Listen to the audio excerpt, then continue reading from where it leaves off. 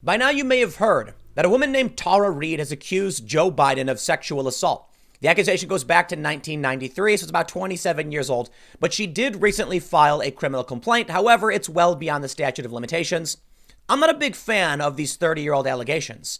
However, the rules were set by Biden and the Democrats and people in media about believing women and about, regardless of whether or not this is criminal, they said this of Brett Kavanaugh. He's up for a job interview, and we should know about his past. So when Joe Biden faces these same allegations, what do you think the media does? Well, there's no better explanation than this tweet from Brad Parscale. The Washington Post, Christine Blasey Ford, 100 plus stories. The New York Times, Christine Blasey Ford, 90 plus stories.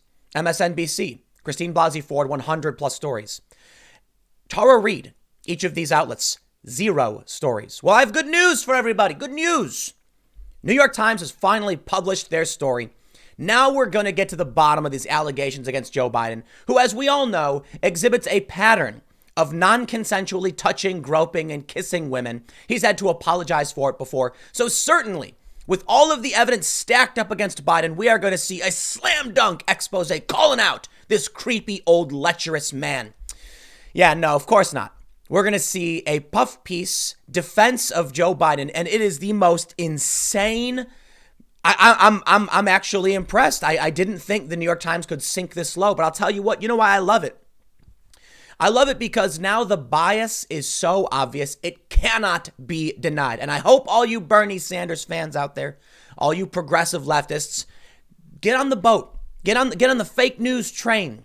The New York Times is fake news, and they are protecting Joe Biden. Nobody likes this guy. The only people who like him are weird establishment corporate Democrat types. Regular American Democrats don't care about him or Bernie. Progressive, like populists, regular Americans who are active in politics, like Bernie Sanders on the left, and the people on the right like Trump. Who likes Joe Biden? It doesn't matter if you like him or not, but that's the point I'm trying to make right here. We should all come together and point out the fake news of the New York Times. Because I'll tell you what, man, I was impressed. Yeah, I can't even begin to tell you how incredible this New York Times disgusting piece is. Look, man, I'm no fan of 30-year-old allegations, but this is a whole new level of, I can't swear, but I really want to. Examining Tara Reade's sexual assault allegation against Joe Biden. First, let's talk about framing. Examining it. Instead of reporting the news, the New York Times, Tara Reade files criminal complaint against Joe Biden for sexual assault. They say examining it. Now for the subhead. Miss Reade, a former Senate aide, has accused Mr. Biden of assaulting her in 1993 and says she told others about it. A Biden spokeswoman said the allegation is false and former Senate office staff members do not recall such an incident. Now, New York Times, let's just go right through this. Oh, I hate the media so much. Let's go right through this. First of all, why would the New York Times add that last bit about office staff members not recalling an incident when the story that Tara Reade has told in no way includes other staff members? It seems like a non sequitur. Has nothing to do with the story. But it casts doubt. There you go. Right off the bat. The New York Times says we're examining these allegations because, we're all about the facts. Already casting doubt. They then add a witness statement, essentially, that has nothing to do with the allegations she made. Tara Reade says that she was bringing a bag to Biden or something. He pushed her up against the wall. He sexually assaulted her. Nobody else was there. So it's not relevant if you're going to bring up someone else saying, I don't remember anything like that. However, you know what the New York Times does say? That other people who know Tara said she told them this story at the time. I remember them saying the same thing about Brett Kavanaugh. See, they reported that when it was Brett Kavanaugh. When it's Joe Biden, they report the inverse. Tons of people. Christine Blasey Ford is the Brett Kavanaugh accuser. And the people she claimed were witnesses said they had no idea what she was talking about. But that was good enough for the New York Times. Now you have this woman who actually has her friends and family members saying, oh, she told us about this. And the New York Times says, well, we're not going to put that in. We're going to include randomly staff members who had nothing to do with the story. Oh, I love it. But wait till you get to the part where they actually insinuate she's going to go to, like, it's a false accusation she can go to jail for. This is the best. I love it. Oh, man, I love it. The New York Times writes, let me just tell you who wrote this. It's Lisa Lehrer and Sydney Ember. Great journalism. Excellent. I love how you're defending an abuser like Joe Biden. A former Senate aide who last year accused Joseph Biden of inappropriate touching has made an allegation of sexual assault against the former vice president, the Democratic Party's presumptive presidential nominee this fall. The former aide, Tara Reid, who briefly worked as a staff assistant in Mr. Biden's Senate office, told the New York Times that in 1993, Mr. Biden pinned her to a wall in a Senate building, reached under her clothing, and you can read it, but I'll keep at least the audio portion family friendly. Assaulted her. A friend said that Miss Reid told her the details of the allegation at the time. Another friend and a brother of Miss Reid said she told them over the years about a traumatic sexual incident involving Mr. Biden. Gee, why wasn't that in your subhead? The story doesn't include office staff in the room with them when it happened, so why would they know anything about it? Of course they wouldn't recall. Oh, you're casting doubt on an accusation. Certainly we should believe all women, right, Joe? Joe's the one who said we should do it. A spokesman for Mr. Biden said the allegation was false. In interviews, several people who worked in the Senate office with Ms. Reid said they did not recall any talk of such an incident or similar behavior by Mr. Biden toward her or any woman. Is that a joke? That's the statement you're going to run with? There's a whole website dedicated to showing all of the women that Joe Biden has creepily groped. The Daily Show with Jon Stewart and Samantha Bee did a segment called The Audacity of Grope, mocking Joe Biden for groping women. He had to apologize for it. It's not going to work, New York Times. Welcome to the internet. Here we go. 2 office interns who worked directly with Miss Reid said they were unaware of the allegation or any treatment that troubled her. Last year, Miss Reid and 7 other women came forward to accuse Biden of kissing, hugging, or touching them in ways that made them feel uncomfortable. Miss Reid told the New York Times then that Mr. Biden had publicly stroked her neck, wrapped his fingers in her hair, and touched her in ways that made her uncomfortable.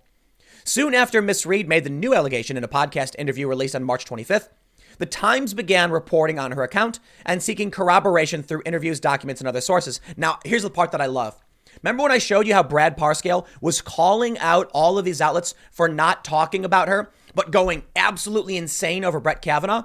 The New York Times is now trying to defend themselves against this allegation. Well, soon after she did this, we did start investigating. Oh, shut up, you pathetic scumbags.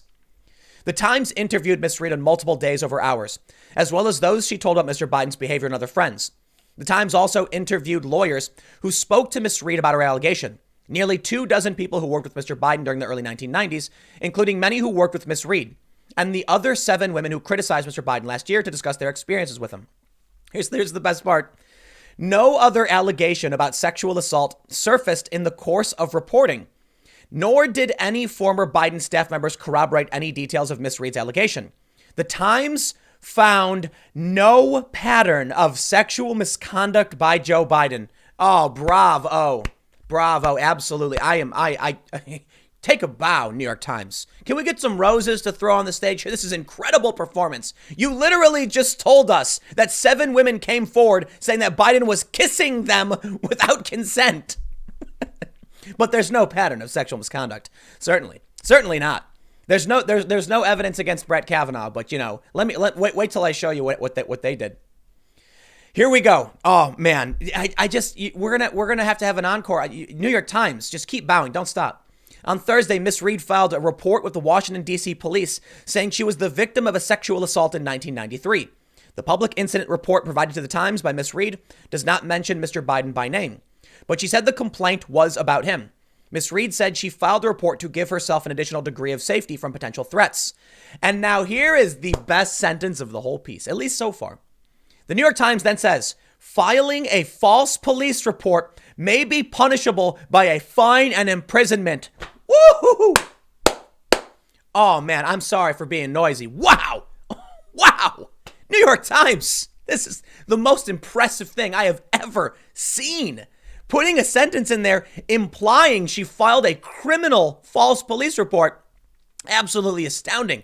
I am so impressed. This is like, they go so hard at Brett Kavanaugh. They say, allegations must be taken seriously and all this. This is such an insane 180. I am in awe. I am in awe of the brazen, man, the New York Times. I'm speechless, because They like to say they're not biased. The media is not biased. But here they do this. And this is like the equivalent of the New York Times ripping open a trench coat and like shaking around in front of you to make sure you know they're biased. Filing a false police report may be punishable by a fine and imprisonment. Thanks for letting me know that. I already knew that. Now, why are you including this in this story? It has nothing to do with the allegations. What are you trying to imply here? Incredible reporting. Wow, they are jumping on landmines for Joe Biden. They're diving on grenades to save him. Miss Reed, who worked as a staff assistant helping manage the office interns, said she also filed a complaint with the Senate in 1993 about Mr. Biden. She said she did not have a copy of it, and such paperwork has not been located. The Biden campaign said it did not have a complaint. The Times reviewed an official copy of her employment history from the Senate that she provided, showing she was hired in December 1992 and paid by Mr. Biden's office until August 93. The 7 other women who had complained about Mr. Biden told the Times this month they did not have any new information about their experiences to add, but several said they believed Miss Reed's account. Last year, Biden 77 acknowledged the woman's complaints about his conduct, saying his intentions were benign and promising to be more mindful and respectful of people's personal space, which he hasn't done, mind you. In response to Miss Reed's allegation, Kate Bedingfield, the deputy Biden campaign manager, said in a statement, Vice President Biden has dedicated his public life to changing the culture and laws around violence against women. He authored and fought for the passage and reauthorization of the landmark Violence Against Women Act. He firmly believes that women have a right to be heard and heard respectfully. Such claims should be diligently reviewed by an independent press. What is clear about this claim? It is untrue. This absolutely did not happen. Ms. Reed made her new allegation public as Mr. Biden was closing in on the Democratic presidential nomination after winning a string of primaries against his chief rival, Bernie Sanders. Ms. Reed, who describes herself as a third-generation Democrat, said she originally favored Marianne Williamson and Senator Elizabeth Warren in the race, but voted for Mr. Sanders in the California primary last month. She said her decision to come forward had nothing to do with politics or helping Mr. Sanders, and said neither his campaign nor the Trump campaign had encouraged her to make the allegation. New York Times, here we go. President Trump has been accused of sexual assault and misconduct by more than a dozen women who have described a pattern of behavior that went far beyond the accusations against Mr. Biden. What does that have to do with anything, you disgusting swine? This is incredible. We do not have a free and independent press in this country.